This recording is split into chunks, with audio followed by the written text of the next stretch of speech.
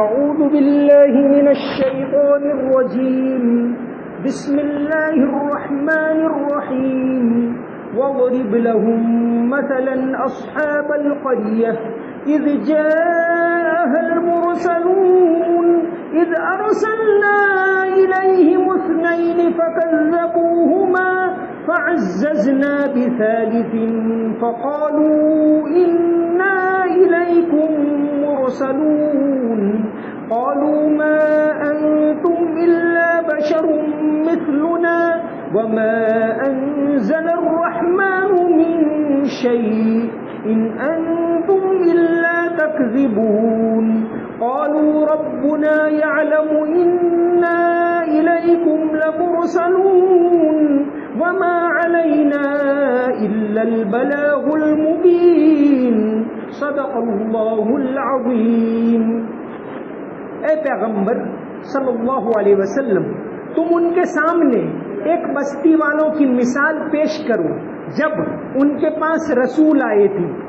جب ہم نے ان کے پاس شروع میں 2 رسول بھیجے تو انہوں نے دونوں کو جھٹلا دیا، پھر ہم نے ایک تیسرے کے ذریعے ان کی تائید کی اور ان سب نے کہا کہ یقین جانو ہمیں تمہارے پاس رسول بنا کر بھیجا گیا ہے۔ انہوں نے کہا تمہاری حقیقت اس کے سوا کچھ بھی نہیں کہ تم ہم جیسے ہی آدمی ہو اور خدائے رحمان نے کوئی چیز نازل نہیں کی، تم سراسر جھوٹ بول رہے ہو۔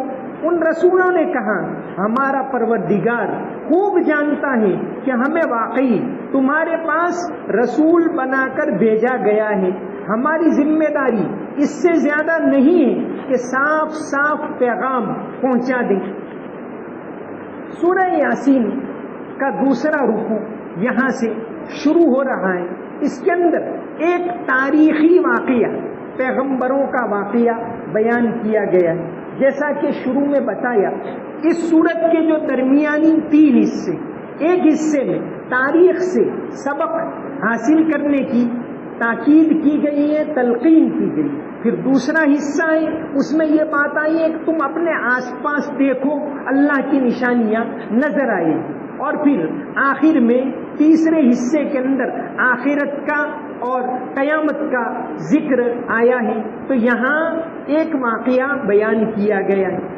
واقعات قرآن کریم کے اندر اس لیے ہیں کہ انسان عبرت ہے، کہانی کے طور پر نہیں ہے، عبرت حاصل کرنے کے جو واقعات ہوتے ہیں اس سے کیا سبق لیا جائے۔ قرآن نے بار بار پچھلی قوموں کے حالات بتائی کہ اس کے ذریعے تم زندگی کے اندر سبق حاصل کرو۔ جیسے اس سلسلے میں مولانا جلال الدین رومی رحمت اللہ علیہ ایک واقعہ پیش کیا، واقعہ کیا بلکہ ایک کہانی پیش کی۔ مولانا جلال الدین رومی اس امت کے بہت بڑے صوفیوں میں سے تھے۔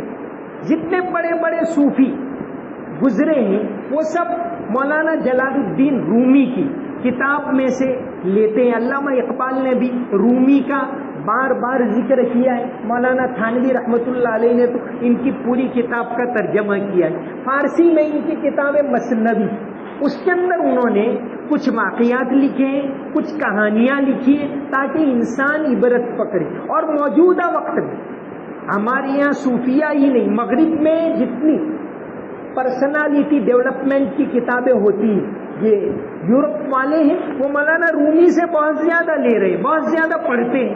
تو مولانا رومی نے ایک واقعہ، ایک کہانی لکھی ان کے مثنوی کے اندر۔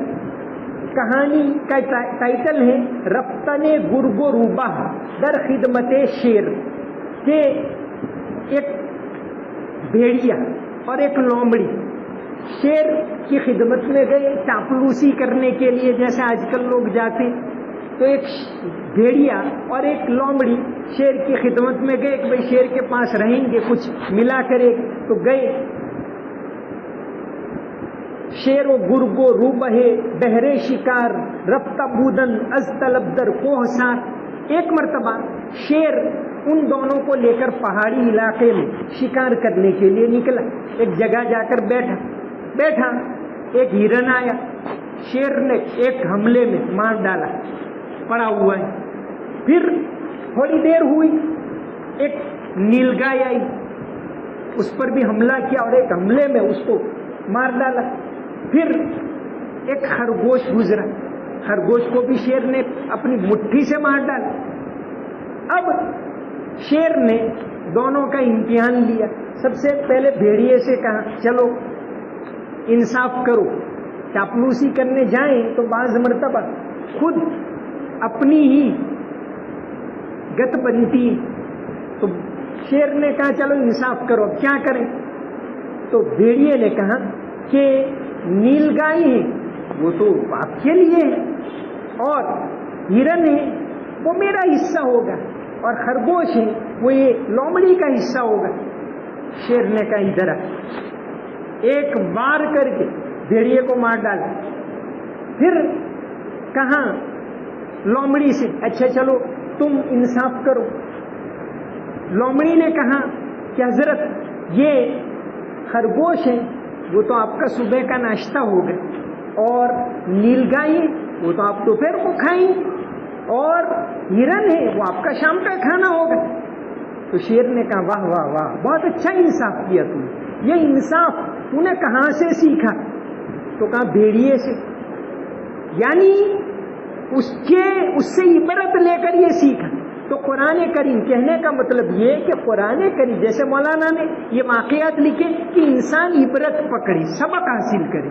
تو قرآن کریم کے یہ تاریخی واقعات ہیں وہ سبق سکھانے کے لیے, تاریخ بیان کرنے کے لیے نہیں. بہرحال تاریخ جاننا, یہ معلوم کرنا, یہ قرآن کریم نے ریسرچ کرنے والوں کو سونپ دیا کہ اس کے بارے میں تحقیق کیا کریں. لیکن قرآن کا اصل مقصد ہے وہ تو یہی ہے کہ لوگ اس سے عبرت پکڑیں, اس سے سبق حاصل کریں. تو یہاں وَضْرِبْ لَهُمْ مَثَلًا أَصْحَابَ الْقَرْيَةِ, ایک بستی والوں کا واقعہ بیان کیا ہے. ابھی پوری تفصیل بتائی جائے گی کہ وہ بستی کون سی تھی. وہاں دو اللہ والے گئے ڈرانے کے لیے, ان کو بھیجا گئے. اکثر یہی مانتے ہیں کہ حضرت عیسیٰ علیہ السلام کے حواری تھے, وہ گئے تھے. اکثر مفسرین یہی کہتے ہیں. پھر تیسرے کو بھی بھیجا, بلکہ بعضوں نے ان کے نام بھی لکھے, شمون, صادق اور مصدوق. اور یہ بستی ہے انطاکیہ. شوقی ابو خلیل ایک بہت بڑے اسلامی عالم ہیں, دمشق کے, بلکہ عالم تھے. 2010 میں ان کا انتقال ہوا. انہوں نے ایک کتاب لکھی ہے اطلس القرآن, قرآن کا اطلس. یعنی قرآن کریم میں جتنے واقعات آئے, جتنے انبیاء کے واقعات اور جتنے مقامات کا ذکر ہے, ان تمام کا نقشوں کے ساتھ بہت اچھے سلیقے سے انہوں نے سمجھایا ہے. تو انطاکیہ کہاں ہے؟ انہوں نے شوقی ابو خلیل اسلامی تاریخ کے اوپر کئی کتابیں لکھی. ویسے حدیبیہ کے اوپر ایک کتاب لکھی, ایک پوری کتاب بدر کے اوپر لکھی. لیکن یہ اطلس یعنی نقشوں کے بارے میں ان کے کتاب اطلس القرآن, اس کا اردو میں بھی ترجمہ ہوا ہے. ان کے سارے اطلس ہیں, سب کا اردو میں ترجمہ ہوا ہے, اور جن کو شوق ہو ضرور یہ پڑھیں. تو اطلس القرآن مقامات, اقوام اور شخصیات کا تذکرہ, یہ اس کا اردو میں ترجمہ ہے. اسی طرح انہوں نے ایک لکھی ہے اطلس السیرت النبویہ. آپ صلی اللہ علیہ وسلم کی سیرت کے اندر جن جن مقامات کا ذکر آیا ان کا نقشہ اور ان کی پوری تاریخ. اسی طرح ایک کتاب تو ان کی اطلس التاریخ الاسلامی, 3 جلدوں کے اندر اسلامی تاریخ میں جہاں جہاں فتوحات ہوئی ساری فتوحات کا ذکر ان کے نقشوں کے ساتھ بہت ترتیب سے انہوں نے بیان کیا. تو یہ شوقی ابو خلیل اپنی کتاب اطلس القرآن میں یہ انطاکیہ کون سی بستی ہے اس کو انہوں نے بیان کیا ہے. اینٹیوک جس کو یورپ والے کہتے ہیں, بہت پرانا شہر, آسی ندی کے کنارے, یعنی آج کل سیریا اور ترکی اس کی بارڈر کے اوپر ایک شہر ہوا کرتا تھا جو موجود نہیں. یہ گریک لوگوں کے لیے بھی اہم شہر رہا, رومن لوگوں کے لیے بھی رہا, پھر اس کے بعد جو ہے سلجوقیوں نے بھی اپنی راجدھانی بنایا. پھر اس کے بعد عباسی دور میں اسلامی حکومت میں بھی ایک اہم شہر تھا انطاکیہ، اینٹیوک. یہ آسی ندی کے کنارے پر بالکل میڈیٹرینین سی، یعنی یہ بحر اوسط بھومدھیہ سمندر، اس کے کنارے کے اوپر یہ شہر ہے. حضرت عیسیٰ علیہ السلام کے حواری وہاں تبلیغ کرنے کے لیے گئے تھے. اس کا یہ تفصیل کے ساتھ یہ پورے رکوع کے اندر ایک واقعہ لکھا ہے، اور اس کے ذریعے یہاں عبرت حاصل کرنے کو کہا گیا ہے کہ عبرت حاصل کریں. یہاں مولانا اشرف علی تھانوی رحمۃ اللہ علیہ لکھا ہے کہ بھئی بزرگوں کی، صوفیہ کی ذمہ داری بنتی ہے کہ وہ اپنے مریدوں کو الگ الگ مقامات پر بھیجے. یہ بات اس واقعے سے حضرت تھانوی رحمۃ اللہ علیہ نے لکھی ہے. بلکہ مولانا عبد الماجد دریابادی نے اپنی تفسیر ماجدی، مولانا عبد الماجد دریابادی شیخ اشرف علی تھانوی کے مریدوں میں سے تھے، اور انہوں نے قرآن کی تفسیر اردو میں بھی لکھی ہے، انگلش میں بھی لکھی ہے، انگریزی کے بھی بہت بڑے جانکار. تو انہوں نے لکھا ہے کہ مولانا اشرف علی تھانوی فرماتے ہیں کہ بھئی بزرگوں کی، علماء کی ذمہ داری اس واقعے سے بنتی ہے کہ وہ اپنے مریدوں کو، اپنے شاگردوں کو الگ الگ جگہوں پر بھیجیں اور اس طرح دین کو پہنچائیں، جیسے نبی صلی اللہ علیہ وسلم نے بھی بھیجا. حضرت معاذ ابن جبل کو یمن بھیجا تھا کہ جاؤ وہاں دین سکھاؤ. آپ مکہ میں تھے اور مدینہ کے اندر مصعب ابن عمیر جیسے لوگوں کو بھیجا کہ وہاں دین سکھائیں، پھیلائیں.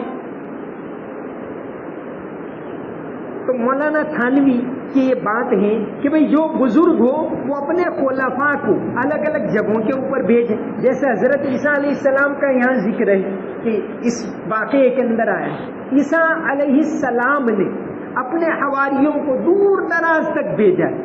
بلکہ حضرت عیسیٰ علیہ السلام کے بعد ان کے حواری، جیسے آپ صلی اللہ علیہ وسلم کے جو خاص ساتھی ہیں ان کو صحابہ کہا جاتا ہے.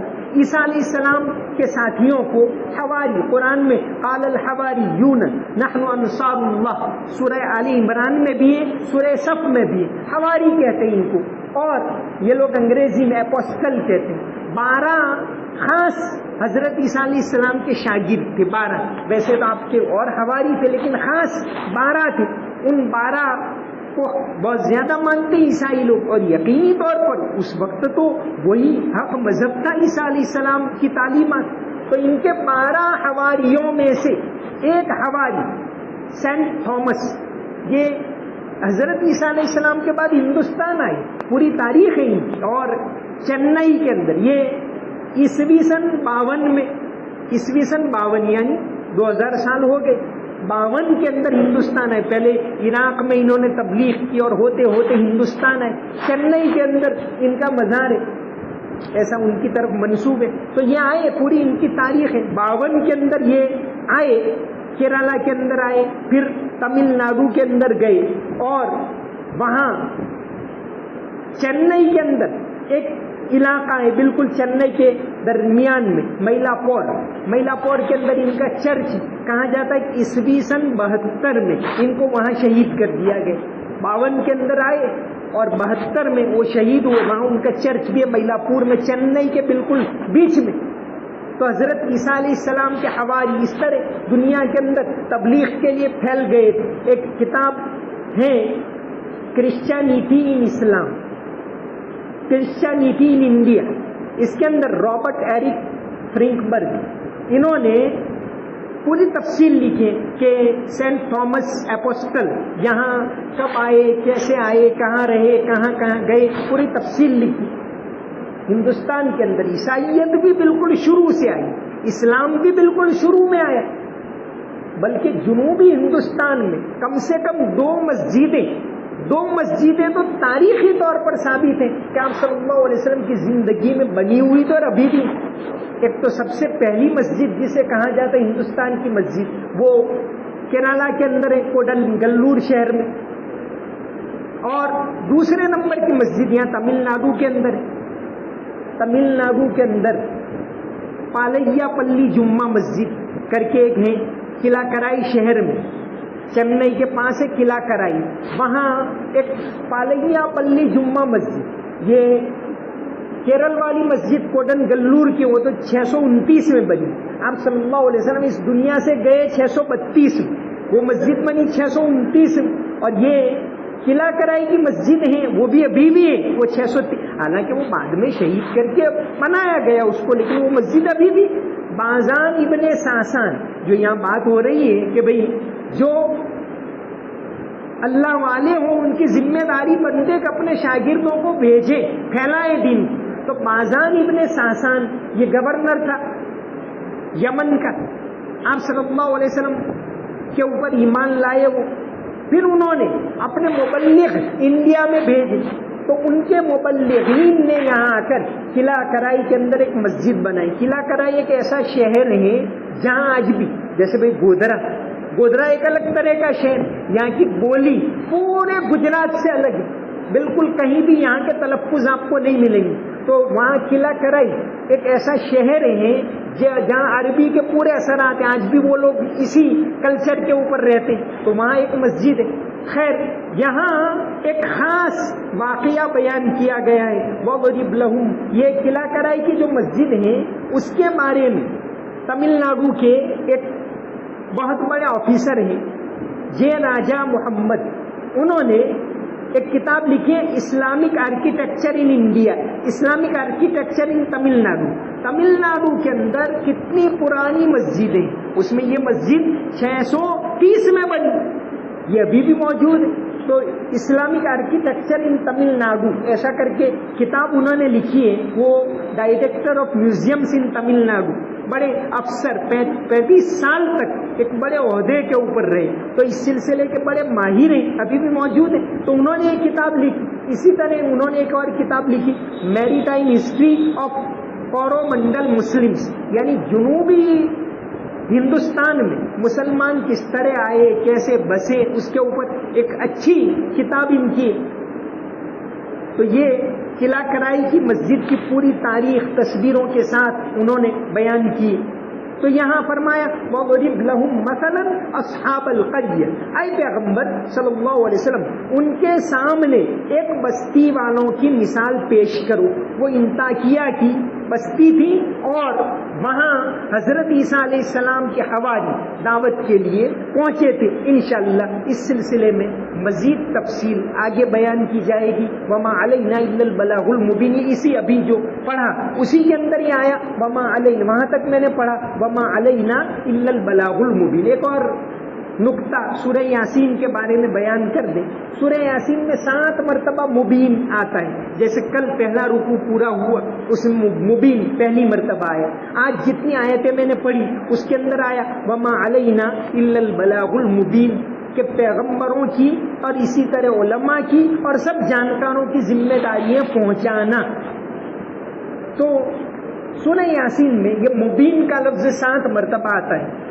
صوفیہ فرماتے ہیں کہ اگر کسی کو کوئی پریشانی ہے، کوئی تکلیف ہے، کوئی ایسے حالات میں گھرا ہوا ہے، تو یہ سورہ یاسین اس طرح پڑھے کہ پہلی مرتبہ پڑھا مبین آیا وہاں تک رک جائے، پھر سے شروع کرے، پھر سے پڑھے، پھر یہ دوسرا مبین آئے وہاں تک رک جائے، پھر تیسری مرتبہ پڑھے، شروع سے پڑھے، تیسرا مبین آیا وہاں رک جائے، اس طرح 7ویں مرتبہ میں 7ویں مبین تک پڑھے، پھر 8ویں مرتبہ میں پوری سورہ یاسین پڑھے، پھر اس کے بعد دعا کرے تو اللہ تبارک و تعالی پریشانی کو انشاءاللہ دور کریں گے۔ ایسا علماء کرام اور صوفیاء کرام لکھتے ہیں۔ تو یہ سورہ یاسین کی خصوصیات میں سے اور اس کی فضیلت میں سے، اگرچہ حدیث سے یہ بات ثابت نہیں ہے، لیکن یہ بزرگوں کا یہ آزمایا ہوا نسخہ ہے کہ وہ اگر کوئی پریشانی آئے تو سورہ یاسین کو اس طرح پڑھا کرتے تھے۔ وما علینا الا البلاغ المبین۔ اللہم صلی علی محمد وعلی آل محمد وبارک وسلم۔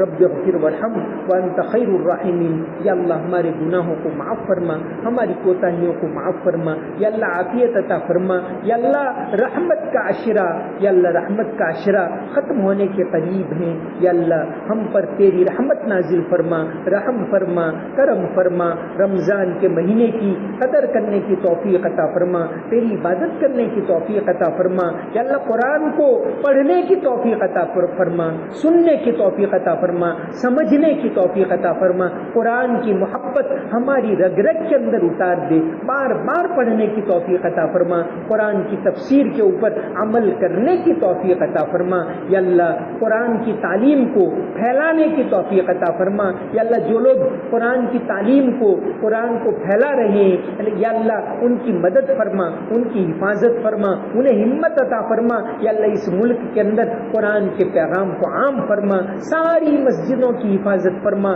یا اللہ مرتے دم تک ہمیں اور ہماری نسلوں کو توحید کے اوپر جمے رہنے کی توفیق عطا فرما، یا اللہ اس ملک کے اندر توحید کی تعلیم کو قیامت تک جاری فرما۔ اللہم صلی علی محمد وعلی آل محمد وبارک وسلم، سمعنا واطعنا غفرانک ربنا والیک المصیر برحمتک یا ارحم الراحمین۔